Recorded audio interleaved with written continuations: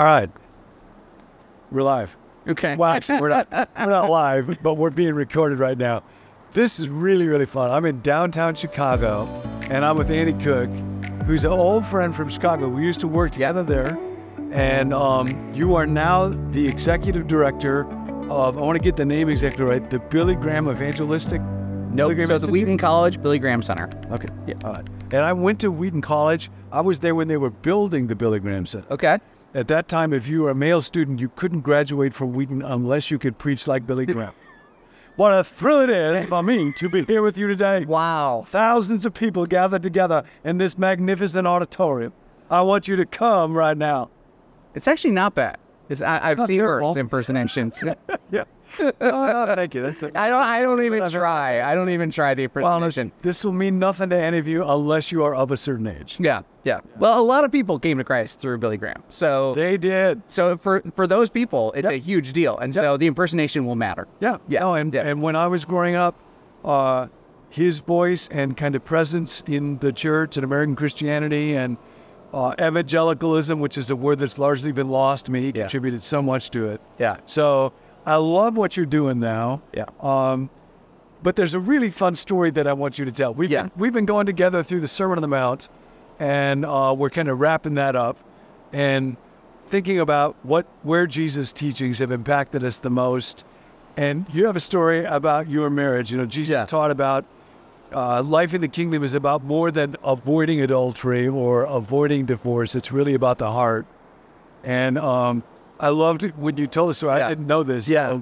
So it's more of a Nancy story. It's more of a Nancy story than it's certainly about my wife. It's like, but it kind of goes, when I read the Sermon on the Mount, I often ask the question, what if he really meant it? And so, what if Jesus actually meant the words that he said? Yes. And so there was a point where, Nancy was preaching a message and my wife was in the service, and it was roommates, bad dates, and soulmates, which I think, we were young 20-somethings. That was the name of the, I think Nancy mainly preached about dating or I used to tell Nancy she could build that ministry by teaching about 3 topics, sex, the end times, and will there be sex in the end times? Yeah, exactly.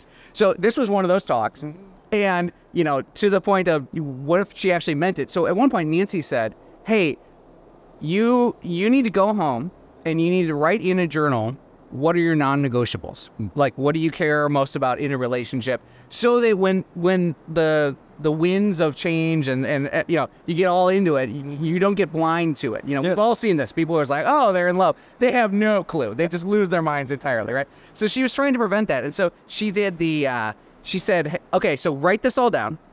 So fast forward a few years later. Yeah. I still attribute to Nancy just deep gratitude because my wife now, but before, she turned me down a lot on dating. Really? Yeah. So it's surprising. Most of my friends at the time were surprised she ever said yes. But part of it, that journey was us getting together. And she said, well, if we're going to start dating, we need to talk through some notes. And I'm like, are these metaphorical notes? Of course. Yeah. So we get together at Starbucks and we, and sure enough, she pulls out the notes. She has literal physical notes. Multiple pages, notes from the sermon, right after the sermon that Nancy preached. So she actually went and did what pastors actually encourage people to do. So I guess I passed the test. We went through multiple pages of notes. And then do you remember what any of the notes said? I think she wanted to make sure that I was serious about my faith. She wanted to make sure, hey, it was one of those, she'd seen enough people play games that she was like, if we're not going to be serious, let's just break up. Let's just do each other a favor. Wow. There's a lot, really good stuff. Solid material in there. So we sat, talked through it all, and then she said, where are your notes? And I'm like, these were metaphorical notes, I thought. I was shocked still that she had the notebook out, right? Yeah. So I was like, well, I don't really have a lot of notes. I really like you. Can we date now? You're cute. Exactly. That's my note. Exactly. And so we got together, fast forward. That conversation, it's so funny how we've done marriage counseling or conversations with couples who haven't had conversations about simple things like money, simple things about, hey, what do you think about kids? and they haven't figured this out, and they're married. They've been married for a while. But just that sheer practice actually helped us a lot. And I mean, I'm grateful for Nancy preaching the sermon that made a difference in our lives. That's so cool. Yeah. So I'll ask you one kind of practical question around that, and it could be for married couples or just people in relationships. How do you know when there's a topic where it's like, for our relationship to be healthy, we got to talk about it? How do you kind of identify this is something God would want us to talk about?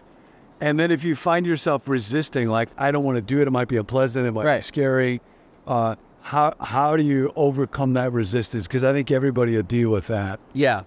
No, I think so Carrie and I will have been married 20 years this year. Wow. Yeah. And we give each other permission to occasionally still have what we call first date conversations. What is a first date? So first date conversation is something that we feel like we should have asked on the first date, and we should know about each other. Like, oh, like, tell me about your left-handed. We still have some of those moments. Yeah. And those can be silly things, right? But sometimes they're also like, hey, tell me about this pain that you happened. That was a new story you mentioned in this thing. I didn't know that story. Wow. Tell me more about that. And so giving each other permission, because sometimes I think we get to a point where we just assume we know all the stories. I mean, there becomes like 20 years. There's not a lot of new stories after a while, but still, when you discover those are gems, and to dig into those a little bit is really important. I love that. Yeah. In Buddhism, they will talk sometimes about beginner's mind, where instead of assuming that you're an expert, you already know, that actually ends up making you blindest. And for many years after we were married, I would sometimes say to Nancy, I know you better than you know yourself. And that was never well received. Went longer than it should to realize, no. Every person is full of mystery and depths, and I get to be a student, but I'm not the expert. Well, and a curiosity about each other is fun. That's a great word. Yeah. So today, take notes and be curious. Just each person in your life. I was afraid the camera was going to go. Each person be curious. I'm going to stop there before the wind blows the camera down. I like it. Thank you. Yeah. Hi, I'm Tim. I'm part of the team here at Become New. We've so enjoyed this series, Insurmountable, that we've taken all of John's teachings and put them together in the form of a book, an ebook and an audiobook that we're going to offer to all of you for free. It will be on our website next week, so be sure to go to becomenew.com to download it, to listen to it, to read it, to engage with it there. Also, if you're someone who supports Become New financially, as a thank you, we plan to send you a printed copy of that book. Now, if you're not someone who gives, but you want to give, you can go to becomenew.com/give. And if you do that in the next week or two, we'll send you a copy if we have some. And if you're someone who can't give financially, but you still want a printed copy of the book, you can just email me at connect@becomenew.com, and we'll do our best to give you a copy if we have one left. We're ordering only a limited supply of these books. It's not a broad release, it's a self-released book. John's coming out with a broad released book through his publisher next year. Some of you helped us with that. Thank you, by the way. But this is not that. This is just a little thank you and a little gift to the Become New community. Insurmountable is wrapping up this week. We'll take a 2-week break, and then we'll be back for a new series after that.